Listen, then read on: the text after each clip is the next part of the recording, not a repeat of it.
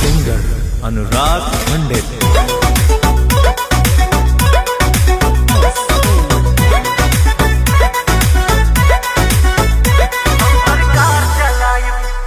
हाँ, गांव से बाहर बेमिसाल एक बंगला बनाई, आरी बाउंड्री घेर के अंदर पेड़ लगाई।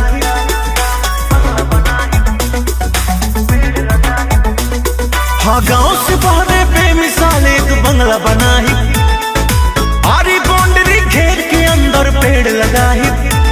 तू मजा ली हुसन रूप खोल, हम नीचे बैठ के कार चलाई।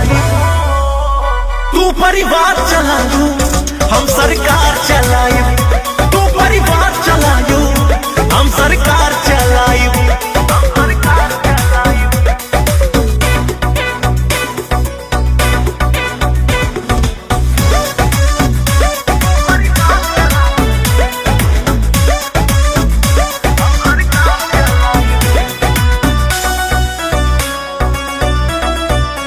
हाँ हो ए बात प्यार वही वाली, मारब अमर से हिले वाली। शादी के दिन बाजे ताता, बदरे में तान बीस दुही नाली। हाँ, तोरा बिन रह नहीं पाई, दिल दिल दिल जाए मर। केहू के बताओ आंख दिखाइयो, हमसे जाए डर। तू आंख मून के साधो निशाना, हाथ पकड़ो हम गोली चलाई। तू परिवार चलायू, हम सरकार चलाई। तू परिवार चलायू, हम सरकार चलाई।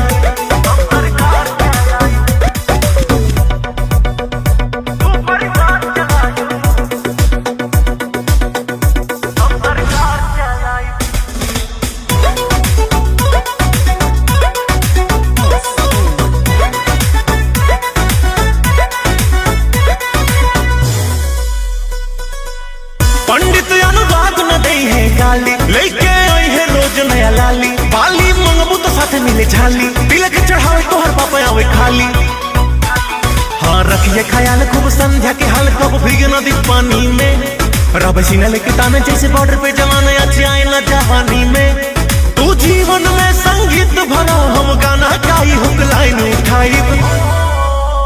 तू परिवार चलायू, हम सरकार चलाई। तू परिवार चलायू, हम सरकार चलाई।